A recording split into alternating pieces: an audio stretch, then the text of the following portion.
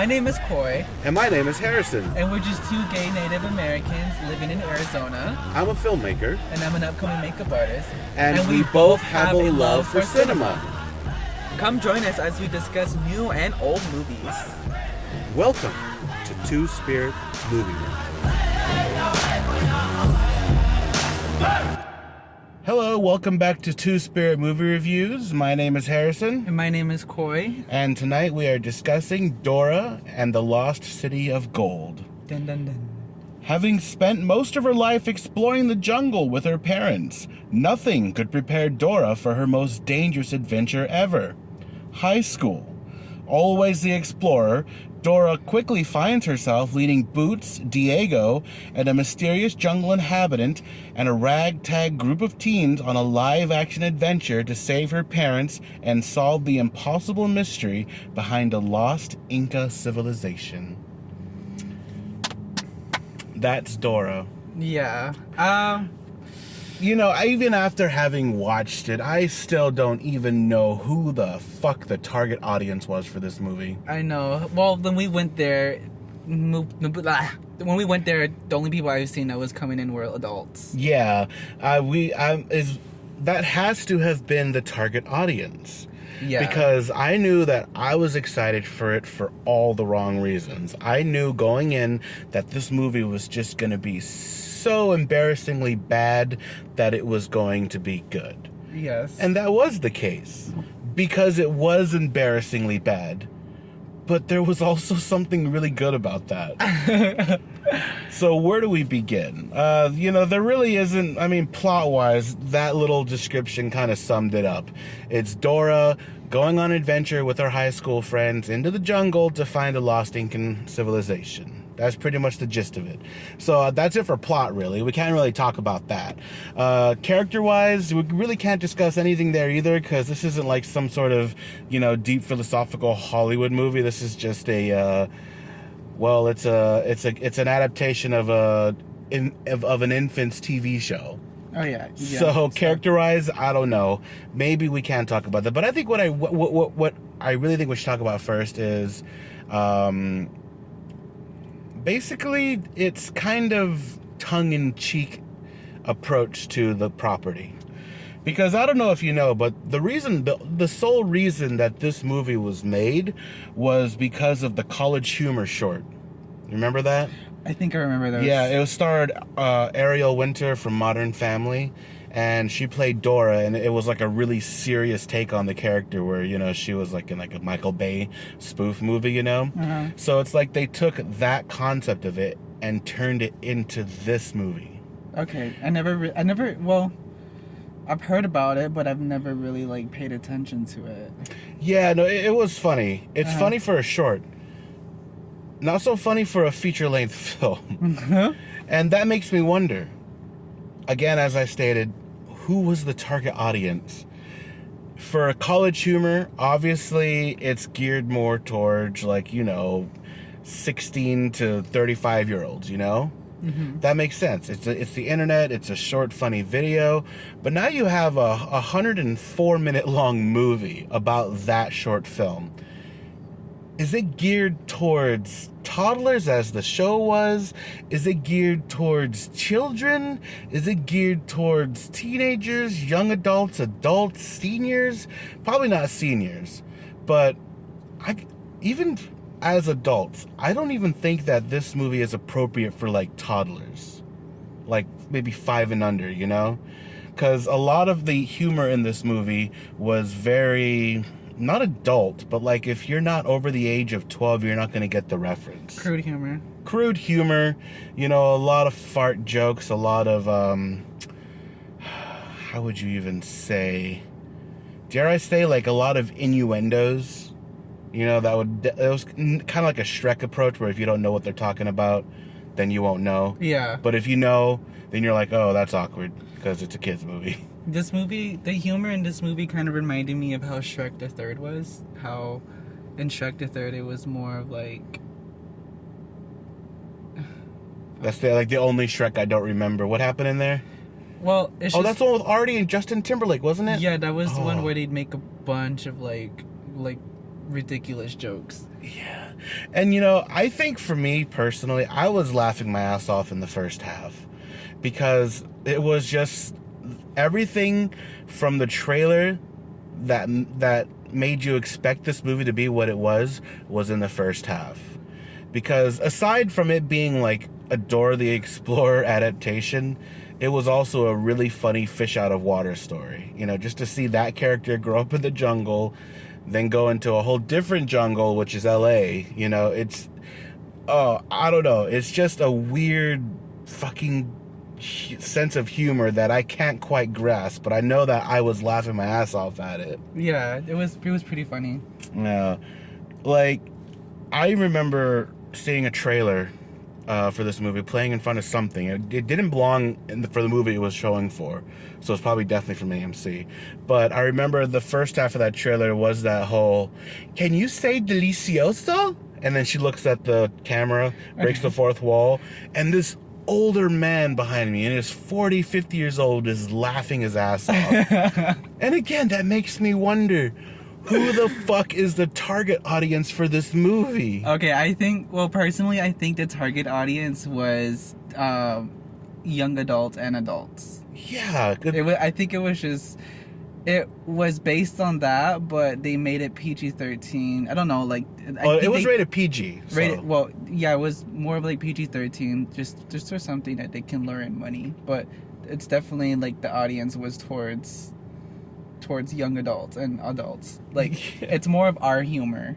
Yeah, if basically I would take maybe a 13-year-old, if you have a 13-year-old son who is into memes, Yeah. to like that 30-something college guy who is old enough to remember Dora, but not old enough to have watched it, I don't know. It's a weird fucking movie. It's funny and hilarious for all the wrong reasons. And as adults, we should have been embarrassed watching it. But I was enjoying every moment of it because of how utterly stupid and ridiculous it was. Oh my god. Can you say delicioso? Like, can you say delicioso? I'm like, oh my. But you know what's really great? They're like, who's she talking to? You know what I found really great though is that I think the opening, like maybe the first act of the movie, even before they reach the jungle, was my favorite part.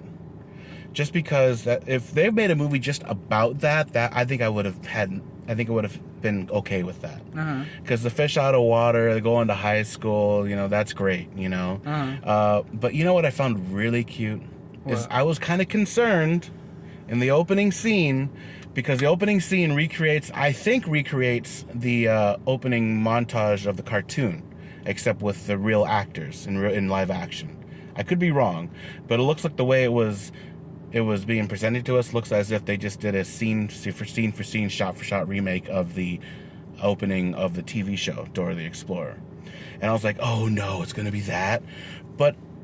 And that's what I found really cute about it, is that we cut away from like the overly animated scene to just the two kids, Dora and Diego, playing pretend in like a cardboard box that looks like a Jeep. Oh yeah. Yeah. So I was like, oh, it's just kids' imagination, Yeah. And I thought that was kind of cute. That was. Yeah, and that's why that whole scene, like, that's what I think, is I think this movie was made knowing that people are going to think it's stupid, so they just embraced all the stupid. Yeah. They embraced all of it. They said, you know what? We're adults. We're making a Dora the Explorer movie. We may as well just have a lot of fun with it because no one's going to take it seriously. So they didn't take it seriously, therefore I didn't take it seriously. And that's the kind of mindset you need to go into this movie. Unless, of course, you're going to be a parent who's going to be dragged into this movie by, like, your kid or whatever. But I think even then you might have some fun with it. So, again, I can't really complain about this movie being bad because it's not even supposed to be good. But, considering who the director is, James Bobbin, who comes from, like, a Muppet background. He did the Muppets and Muppets Most Wanted, and then Alice Through the Looking Glass. Okay. So I'm just like, I guess they had, hey, you guy, direct the Dora the Explorer movie. You know, I guess he had the credentials, but yeah, no, I think the most thing that people are going to talk about is just how stupid it is, and how you probably need to go into this movie knowing it's going to be stupid. Otherwise, You're a just dumb like bitch. South Park, you're going to have a bad time, you know. Well, I think if you are going to be a sensitive parent, in the most, then you shouldn't go see this movie. But if your kid is going to drag you along and you do watch the movie, you will laugh too. I mean, your kid will definitely laugh at the little stupid parts, but in your own adult form, you're going to laugh too, regardless. Yeah. Because there's this, like, that. I think the scene that the kids won't understand is going to be the part where she's like, "Can you say delicioso?" And like, and then they're like, "Who's she talking to?" That's when the adults will laugh. So it's kind of sharing both. It's going back and forth of kids and the adults. Well, no, it's funny because the kids will laugh at that, but see, again, this asks the question, like, did they really take an infant show, you know, ages 0 to like 7 years old, and make it for young adults? Because not only do you have that joke, that "can you say delicioso?" but in the following scene, when Dora grows up, she encounters a poisonous frog, looks right at the camera and says, "Can you say neurotoxin?" And I'm like, oh, okay, that's clearly meant for adults, which means that you're making this movie for adults, right? Yeah. But then there's like a big old blend of humor. It's like, okay, we're gonna do some humor for the adults, you know, the neurotoxin. We're gonna do some humor for like the kids, you know. It's like back and forth. Yeah, we're gonna do some humor for the young adults, you know. And there's only two characters I feel that were made specifically to cater to like infant kids. And I think you may agree on for some of them, but for sure, Dora. No. For sure, Swiper. Okay. He was. I would say he was like the. By the way, Swiper is voiced by the ever so gruff Benicio del Toro. I don't know him. No, if you saw a picture, you'd know him. Okay, but his character design kind of reminded me of what's that game? Ratchet and Clank? Yeah, he kind of he reminded me of I can see that. the fox guy. Yeah. Well, he is a fox, but it was just he's definitely like the comic relief, because he's so serious, but he's so childish too. Yeah. You know, and it's, you know, and obviously even if you don't even watch Dora the Explorer, you just know who Swiper is. You know, Swiper, no swiping. Yeah. Yeah. And the other character, which I feel had scenes for adults, but also was definitely catering to a way younger audience, was the character of Eugenio Derbez, or however you say his name. But he's the guy who helps Dora escape. You know, the adult with the teens. Oh, okay. Yeah, that guy. So I say that because, you know, this is the trailer, and I thought it was probably the most unfunny scene. It was when he walks into spider webs. Okay. Yeah. I can see that. Yeah. But that's you know, okay. He's acting like a very Jar Jar Binks. You know, very silly, very over the top, very not funny. Yeah. Maybe for kids and babies, but not like us. You know, and that's great. But then again, you get the juggling between the humor for the babies and the humor for the adults, because there's a moment in the movie where the character basically survives quicksand. A life or death situation, and he reacts to it very emotionally, and then you're like, oh my god, this is funny because he's crying like a baby, but when you really think about it, he's crying out of shock because he survived dying.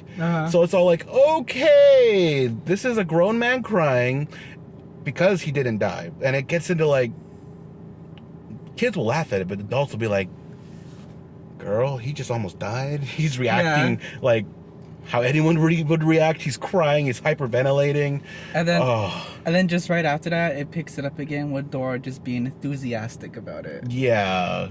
And see, that's the part where they really have a lot of fun with it, because Dora's Dora's solution to everything is to sing a song about it, like she does in the TV show.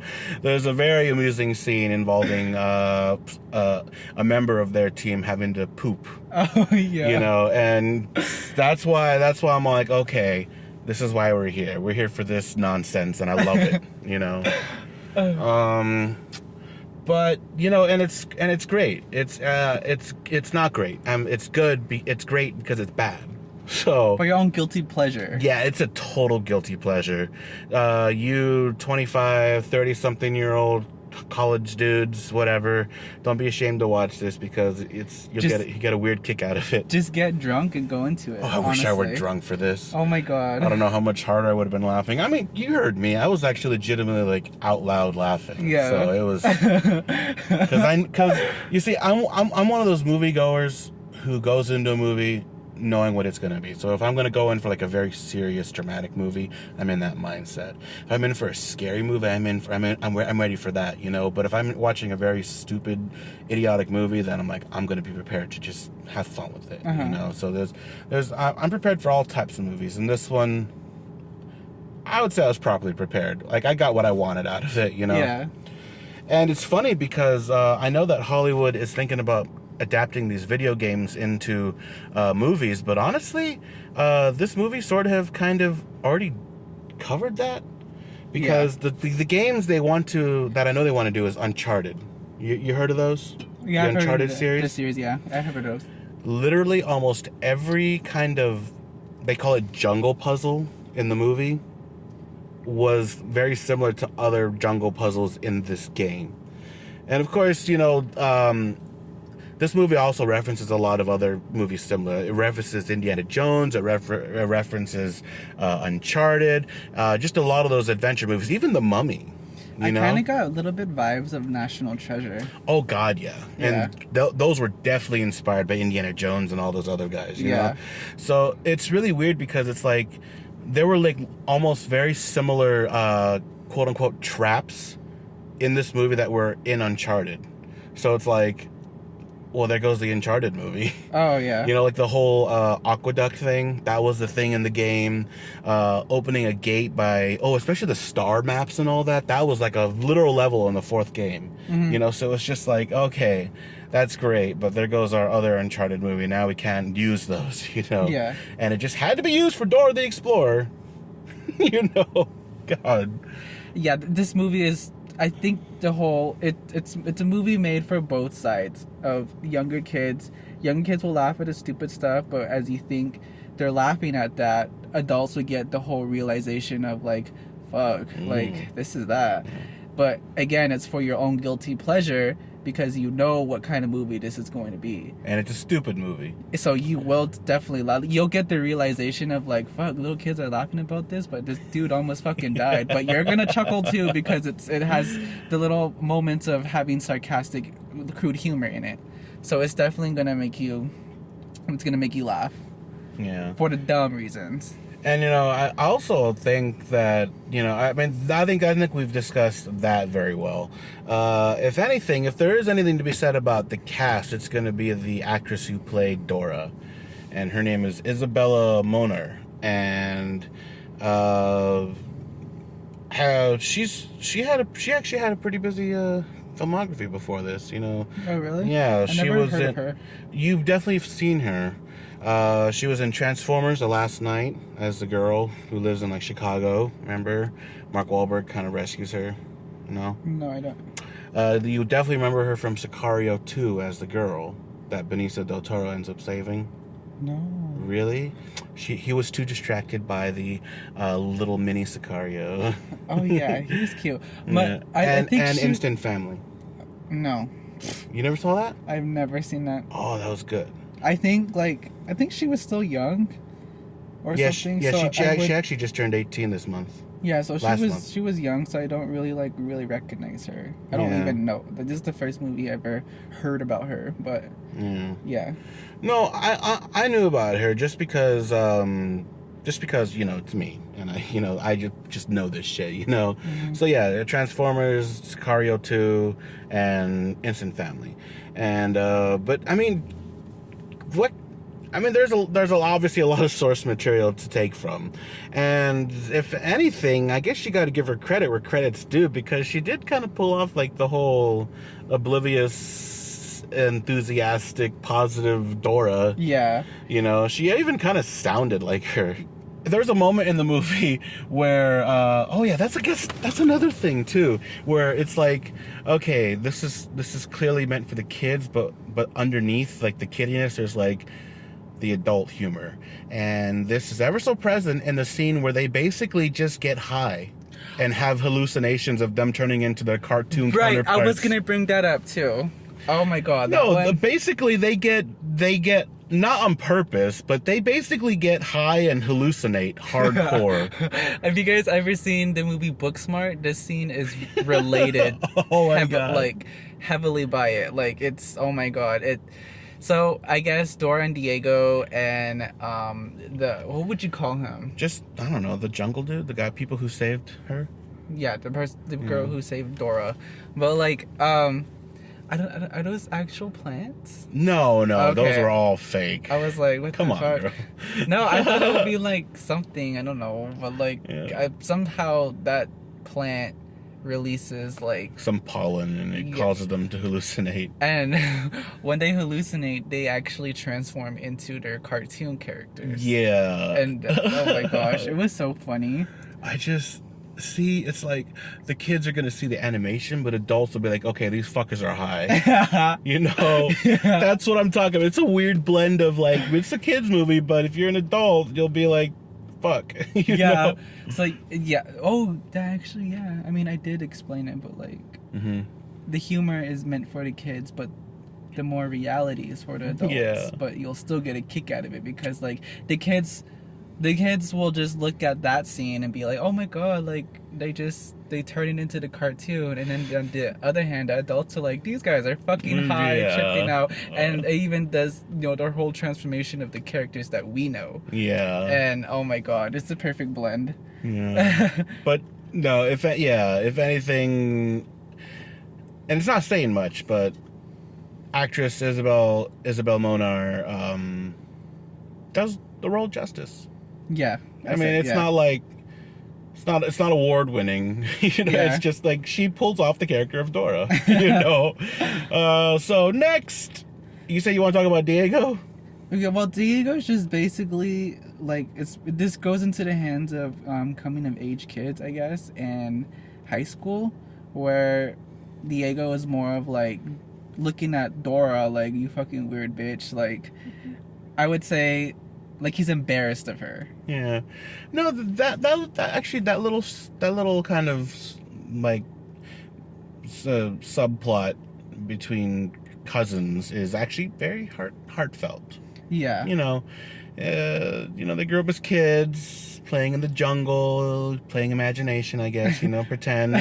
And then Diego moves away and gets accustomed to the outside world, and then in comes Dora, same way she was as a kid in the city, which has its own set of, comedic setups, but, and there's a disconnect at first, and as the story goes on, they sort of reconnect, and it's very sweet, you know? Do you remember when she was like, I still kept the candy bar we broke apart as kids, and it's all molded? Oh, man. Oh, my God. Yeah. Well, yeah, that's just, that's not really much to say about Diego. I just wanted to include that. There was an interesting bit of trivia I found about him, actually. So Isabella Moner has collaborated with Mark Wahlberg twice with Transformers and Instant Family. And I just found out that just through trivia research on the actor who played Diego, his name is Jeff Wahlberg, and he is the nephew of Mark Wahlberg. Oh. So I kind of wonder if there was like, you need a Spanish actor to play Teen Diego? I have my nephew here, Isabella, who I've worked with on Transformers and Instant Family. It's like, so not. I'm pretty sure it's way too what's the word? It's way too obvious for them to have not like been connected through Mark Wahlberg. So I thought that was funny. It's because I was expecting like some like Mexican name, and then it's like, oh, Jeff Wahlberg. You know? Yeah. Yeah. But I mean, other than that, the rest of the cast was pretty straightforward. Nothing really truly spectacular. You'll get the dad too. Michael Pena. Yeah, you'll still get his humor in the movie too, as well, from previous movies. He was the only one that had like the awkward humor that was like more for kids. But I didn't mind him because I think he made up for me at the end when him and the wife cry over Dora wanting to hang out with their friends and not them. Oh yeah. Yeah. And also the part that was really dumb, but it was actually like made me laugh, was when he was describing dubstep, like telling. No, that's exactly what I was talking about. Is that scene is like, okay, it's going on too long. Yeah, I was like, purposely doing this. But, yeah, I was like, okay, we get it. You can stop now. But that made me laugh. But you were right. That did kind of go on too long. Yeah. But like, I don't know if he caught on, but that dubstep song that he was referring to, they actually played that song. When? At the dance. Really? Yeah. Oh my god. I did not know it. Because I was remembering how he was like doing the beat. Yeah, and how he was doing the beat drop in the same rhythm, and I was like, oh my god, this is the same song that he was describing Dora about. I did not catch on to that. And speaking of songs, again, this comes in with like the adult humor mixed in with like, you know, kid humor from the TV show.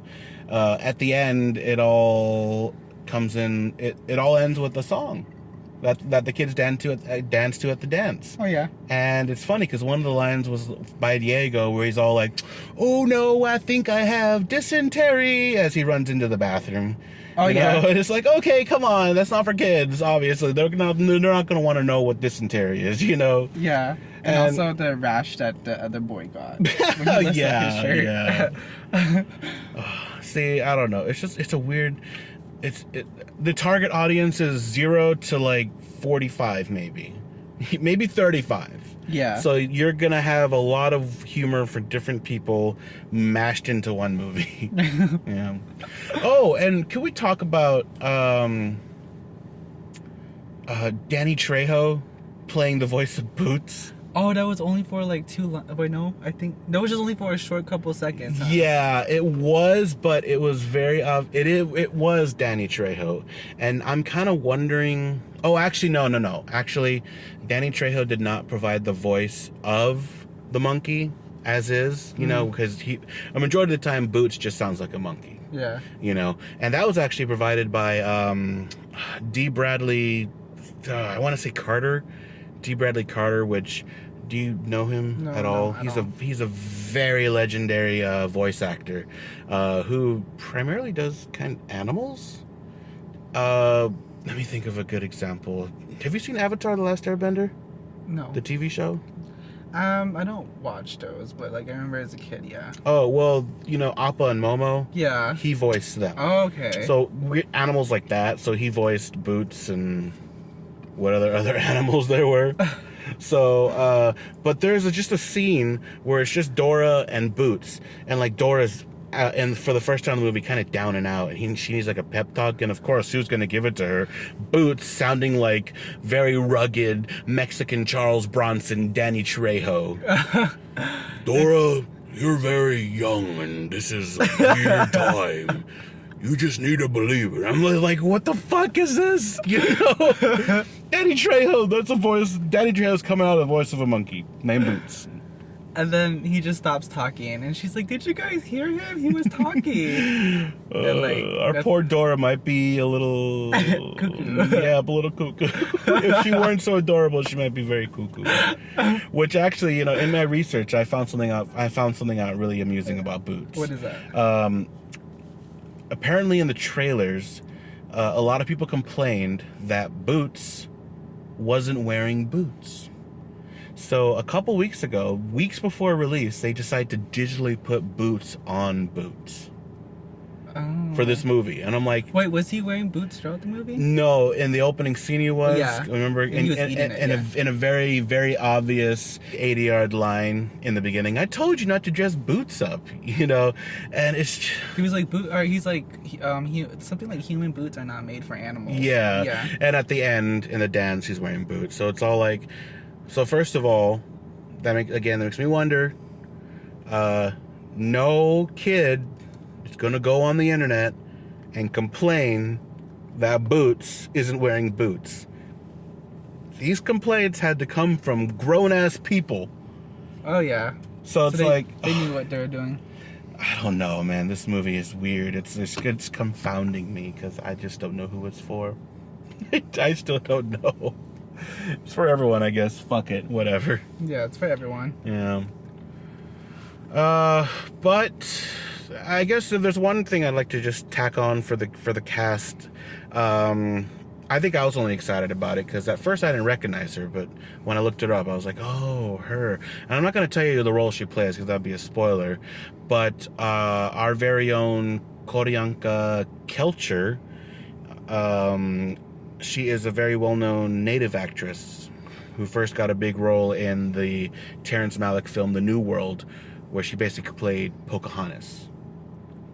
So that was interesting, the fact that they kind of cast a indigenous woman for that role. Mm-hmm. Which I'm not quite sure if they were speaking actual Incan. If it were, kudos to the crew. Kudos to the screenwriter or whatever, but yeah. Really cool stuff. Yeah. Is Inca an actual? Yeah. Okay. Yeah. Duh. So, well, I mean, yeah, it is, but I mean, in regards to what's left of the language, you got me. So the fact that they may be speaking actual Incan is beyond me. If they are, kudos. And if they aren't, then, well, you fooled me. And I think that's pretty much all I have to say about Dora and the Lost City of Gold. It is a ridiculous, stupid, idiotic, albeit self-aware movie that it's easy to have fun with, but it's also very easy to take apart. So, and because of that, I give it a solid 6 out of 10. I give it a 6 too. Yeah. Yeah. Well, maybe, yeah, I think a 6. I don't want to go a 6.5, but I would say it's definitely a 6. It's not your, I don't know how do you say it. Like it's not your normal movie of Dora. I mean, it's not really made for. I still don't know who the fuck it's made for. Well, it's just for your own. It's made for your own guilty pleasure. Listen, if you love college humor, you're gonna love this. Yes, and if you don't know anything about that at all, you're not gonna like it. You're gonna think it's stupid, idiotic, and you're gonna walk away mad. And you'll most likely leave a review not knowing that you have worthless sense of humor. But because it's an adult take on a show meant for infants. So they're going to blend their own little elements of adult humor into it. You just have to know what kind of movie you're getting into. Someone's not willingly gonna go as a fan of Dora to watch this movie willingly. Yes. You're gonna watch it because why would they make this and why am I watching it? Because that was me. I don't know why. When we watched it in the fucking Dolby Cinema, like the best way to possibly watch this movie, and I'm like, okay, that's happening. But yeah, it's a movie for your own guilty pleasure as an adult, and it's a movie for, I guess, for your family, kid, if your kid wants to laugh at dumb stuff. But it's most likely, if you're an adult when you're watching this, you're gonna laugh at it. That's only if you have that type of sense of humor, though. Only yeah, you cool can't take it seriously. You cannot take it seriously at all. But yeah, so I give this movie a 6 out of 10 too as well. Yeah, it's official. Two Spirit Movie Reviews gives this a solid 6 out of 10. So do with that as you will. Yep.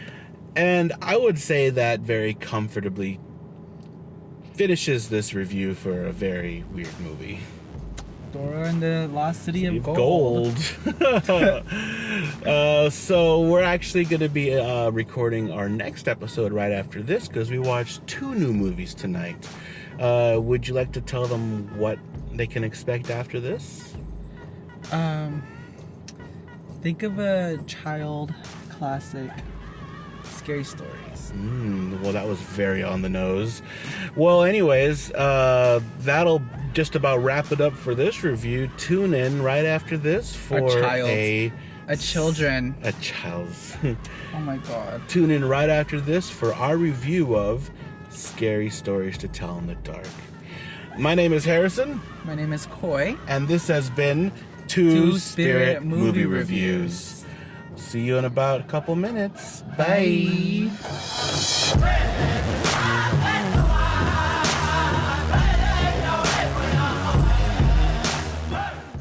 This has been Two Spirit Movie Reviews. If you love what you heard, like us on Facebook and subscribe to us on YouTube. More platforms will be made available in the upcoming weeks. Thanks for listening.